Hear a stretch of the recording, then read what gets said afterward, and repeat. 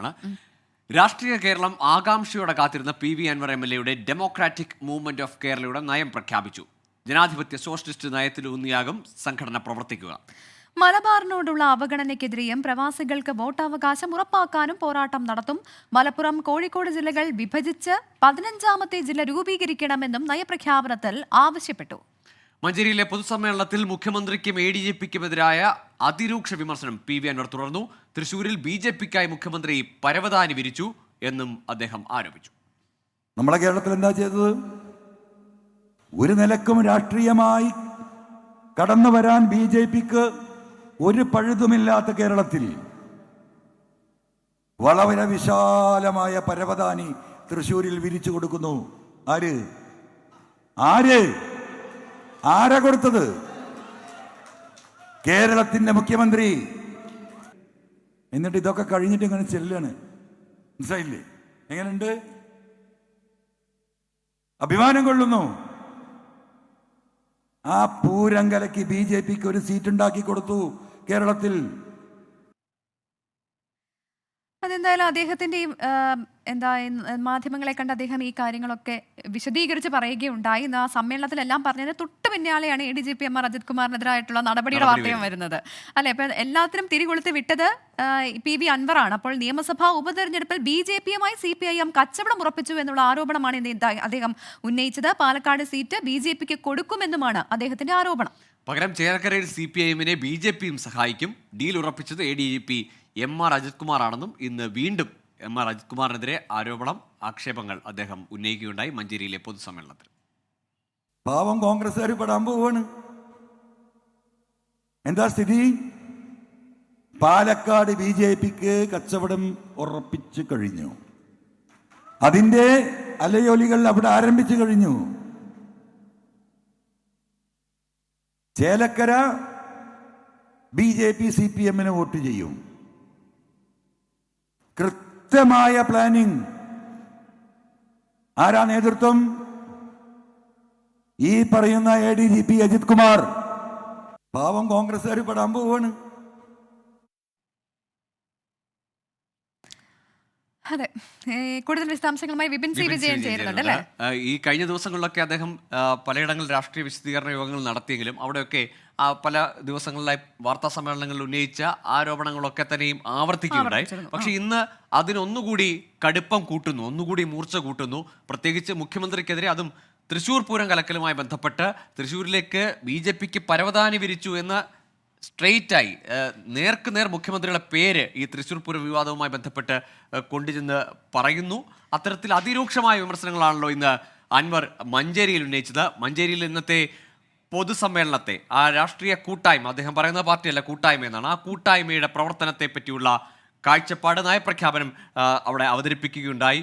അൻവറിൻ്റെ ഈ കൂട്ടായ്മയുടെ ലക്ഷ്യം അത് ഏതു തരത്തിൽ മലബാറിന്റെ രാഷ്ട്രീയത്തിലെങ്കിലും കേരള രാഷ്ട്രീയത്തിൽ ഉൾപ്പെടെ ഏത് തരത്തിലുള്ള ചലനം ഉണ്ടാക്കുമെന്നാണ് പ്രതീക്ഷിക്കേണ്ടത്.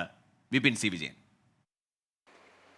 PV അൻവറിന്റെ ഡെമോക്രാറ്റിക് മൂവ്മെന്റ് ഓഫ് കേരളയുടെ മുന്നോട്ടുള്ള ദിശ ഏത് രീതിയിലായിരിക്കുമെന്ന് വിശദീകരിച്ചുകൊണ്ടാണ് ഇന്നത്തെ പൊതുസമ്മേളനം മഞ്ചേരിയിൽ നടന്നത്. ആയിരക്കണക്കിന് ആളുകൾ പങ്കെടുക്കുകയും ചെയ്തു. ഇതൊരു പൊളിറ്റിക്കൽ പാർട്ടിയല്ല, മറിച്ച് സാമൂഹികമായൊരു മുന്നേറ്റമാണ് ലക്ഷ്യമിടുന്നത് എന്നുള്ളതും PV അൻവർ പറഞ്ഞു. നയപ്രഖ്യാപനത്തോടു കൂടിയായിരുന്നു തുടക്കം. ഈ നയപ്രഖ്യാപനത്തിൽ പ്രധാനമായും പറഞ്ഞത് മലബാറിനോടുള്ള അവഗണന, ഒപ്പം മലപ്പുറത്തിന്റെ ഒരു വികസന മുരടിപ്പ്. അതുകൊണ്ട് തന്നെ കോഴിക്കോടിനെയും മലപ്പുറത്തെയും ചേർത്തുകൊണ്ട് ഒരു 15ാമത്തെ ജില്ല വേണമെന്നൊരു ആവശ്യം മുന്നോട്ട് വെച്ചിട്ടുണ്ട്. ഒപ്പം തന്നെ എല്ലാ മേഖലയിലും, വിദ്യാഭ്യാസ മേഖലയിൽ അടക്കം സമഗ്രമായിട്ടുള്ള ഒരു പുനർനിർമ്മാണം വേണം എന്നുള്ളതും ഈ നയപ്രഖ്യാപനത്തിൽ പറഞ്ഞു. വന്യജീവി അക്രമത്തിൽ ഇപ്പോൾ 10 ലക്ഷം രൂപയാണ് നഷ്ടപരിഹാരമായി ഒരു കുടുംബത്തിന് നൽകുന്നതെങ്കിൽ അത് 50 ലക്ഷമാക്കി ഉയർത്തണം. ഗുരുതരമായി പരിക്കേറ്റവർക്ക് 25 ലക്ഷമാക്കണം. വനം വകുപ്പിന്റെ അനാവശ്യമായിട്ടുള്ള ഇടപെടൽ ഒഴിവാക്കണം തുടങ്ങിയ കാര്യങ്ങൾ കൂടി ഈ നയത്തിൽ വ്യക്തമാക്കുന്നുണ്ട്. അതിനുശേഷമാണ് PV അൻവർ സംസാരിച്ചു തുടങ്ങിയത്. 140 MLA-മാർക്കും സംസ്ഥാനത്ത് ഒരേ പ്രിവിലേജ് എന്ന് പറഞ്ഞുകൊണ്ടായിരുന്നു PV അൻവറിന്റെ സംസാരം തുടങ്ങിയത്. ഒപ്പം തന്നെ DMK അണികൾ പല ഭാഗങ്ങളിൽ നിന്ന് എത്തിയിരുന്നു. അവരെ കൂടി സ്വാഗതം ചെയ്തുകൊണ്ടായിരുന്നു ഈ ഒരു പ്രസംഗം ആരംഭിച്ചത്. ഇതിൽ PV അൻവർ പറയുന്നത് മുഖ്യമന്ത്രിക്കെതിരെയും അതുപോലെ തന്നെ CPM സംസ്ഥാന സെക്രട്ടറിക്കെതിരെയും കടന്നാക്രമിച്ചുകൊണ്ടുള്ള ഒരു പ്രസംഗമായിരുന്നു. എന്നാൽ അതേസമയം തന്നെ DMK MK സ്റ്റാലിനെയും പുകഴ്ത്തിക്കൊണ്ടുമായിരുന്നു ഈ സംസാരം മുഴുവനായിട്ടുണ്ടായിരുന്നത്. താൻ ചെന്നൈയിലേക്ക് പോയപ്പോഴേക്കും എന്തൊക്കെ പുകിലായിരുന്നു. അതുകൊണ്ട് തന്നെ RSSന്റെ കേന്ദ്രത്തിലേക്കല്ല പോയത്. മതേതരത്വം ഉയർത്തിപ്പിടിക്കുന്ന, അതിന് ശക്തമായി വാദിക്കുന്ന ഒരു നേതാവിനെ കണ്ട് ആശീർവാദം വാങ്ങാൻ വേണ്ടി മാത്രമാണ് പോയത്. അതുകൊണ്ട് തന്നെ DMK അവിടെ BJP വരുന്നതിനെ എല്ലാ രീതിയിലും തടസ്സങ്ങൾ സൃഷ്ടിച്ചു. എന്നാൽ കേരളത്തിലേക്ക് എത്തിക്കഴിഞ്ഞാൽ പൂരം കലക്കി BJPക്ക് വേണ്ട എല്ലാ സഹായവും ചെയ്യുന്നത് മുഖ്യമന്ത്രിയാണ്, പൊളിറ്റിക്കൽ സെക്രട്ടറി P ശശിയാണ്. അങ്ങനെ പരവതാനി വിരിക്കുകയാണ് BJPക്ക് വേണ്ടി ചെയ്തത് എന്നുള്ള ഗുരുതരമായ ആരോപണം. ഒപ്പം തന്നെ ഇപ്പോൾ ഉപതെരഞ്ഞെടുപ്പ് വരാൻ പോവുകയാണ്. ഈ ഉപതെരഞ്ഞെടുപ്പിൽ പാലക്കാട് BJPക്ക് വേണ്ടി CPM വോട്ടുമറിക്കും, ചേലക്കരയിൽ തിരിച്ചും അത് സംഭവിക്കും. ഇതിനിടയിൽ പെട്ടുപോകുന്നത് കോൺഗ്രസ് ആയിരിക്കും. ഇതാണ് ഒരു പൊളിറ്റിക്കൽ നെക്സസ് എന്ന് താൻ ആദ്യം മുതൽ തന്നെ പറയുന്നത്. ഇത്തരത്തിലുള്ള ഒരു വോട്ട് കച്ചവടം അതിൻ്റെ ചർച്ചകൾ നടന്നു കഴിഞ്ഞു. അതിന് പാലമായി നിന്നത് ADGP ആയിരുന്ന ഇപ്പോൾ ADGP ആയിട്ടുള്ള MR അജിത് കുമാർ ആണ് എന്നുള്ളതും ആണ് ഗുരുതരമായിട്ടുള്ള ആരോപണം അദ്ദേഹം ഉന്നയിച്ചിട്ടുണ്ട്. ഇനി അങ്ങോട്ടേക്ക് ഇപ്പോൾ ഈ ഇരുചക്ര വാഹനക്കാരൊക്കെ നേരിടുന്ന വലിയ പ്രതിസന്ധികൾ ഒഴിവാക്കുക, അത് ഒഴിവാക്കണം. അത് സർക്കാരിൻ്റെ ഭാഗത്ത് നിന്ന് വലിയ ഫൈനുകളൊക്കെ വരുന്നു. അപ്പോൾ അതിനുവേണ്ടി ഓരോ ജില്ലയിലും ഓരോ സംഘടന എന്ന നിലയിലേക്ക് പോകും. അതിൻ്റെ ആദ്യഘട്ടമുള്ള ഒരു പ്രഖ്യാപനവും ഇന്ന് നടന്നിട്ടുണ്ട്.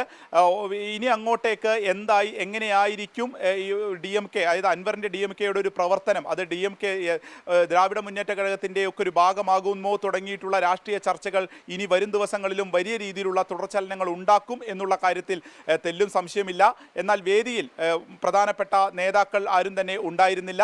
സദസ്സിൽ ആയിരക്കണക്കിന് ആളുകൾ എത്തുകയും ചെയ്തു ഇന്ന്. ശരി, വിപിൻ സി വിജയനാണ് വിവരങ്ങൾ നൽകിയത്. ഇപ്പോൾ ആ സുപ്രധാനമായ കാത്തിരുന്ന ഉത്തരവിറങ്ങിയിരിക്കുന്നു. ADGP MR അജിത് കുമാറിനെ സ്ഥലം മാറ്റിക്കൊണ്ടുള്ള ഉത്തരവ്. കാരണം ആ ഉത്തരവിൽ അതൊരു ട്രാൻസ്ഫർ ഓർഡർ എന്ന് തന്നെയാണ് അതിൽ കൃത്യമായി പറയുന്നത്. Following transfer and posting of IPS officers are ordered with immediate effect എന്ന് മാത്രം പറയുന്ന, ഇതേതെങ്കിലും ഒരു അന്വേഷണത്തിന് മേലുള്ള അല്ലെങ്കിൽ കണ്ടെത്തലിന് പുറത്തുള്ള ഒരു നടപടി എന്നൊരു വാക്ക് പോലും ഇല്ലാതെ, വാക്കുകൊണ്ട് പോലും അജിത് കുമാറിനെ നോവിക്കാതെയുള്ള ഒരു സ്ഥലം മാറ്റ ഉത്തരവാണ് ഇപ്പോൾ മുഖ്യമന്ത്രിയുടെ ഓഫീസിൽ നിന്ന് പ്രതീക്ഷിച്ചതുപോലെ തന്നെയുള്ള ആ ഒരു ഉത്തരവാണ്. പ്രതിപക്ഷം പറയുന്നതിൽ ഏറെ കാര്യമുണ്ടെന്ന് തോന്നിക്കുന്ന തരത്തിൽ. അപ്പോൾ ഇതിനൊക്കെ ഉത്തരം പറയേണ്ടത് സർക്കാരാണ്. അപ്പോൾ പ്രതിപക്ഷത്തിന് ഇപ്പോൾ ആരോപണ സ്വരങ്ങൾ എറിയാനുള്ള ആ ഒരു സമയമാണ്. അതിനൊക്കെ പ്രതിരോധിക്കുക എന്നുള്ളത് സർക്കാരിനെ സംബന്ധിച്ച് നാളെ ഏറെ ദുഷ്കരമാണ്.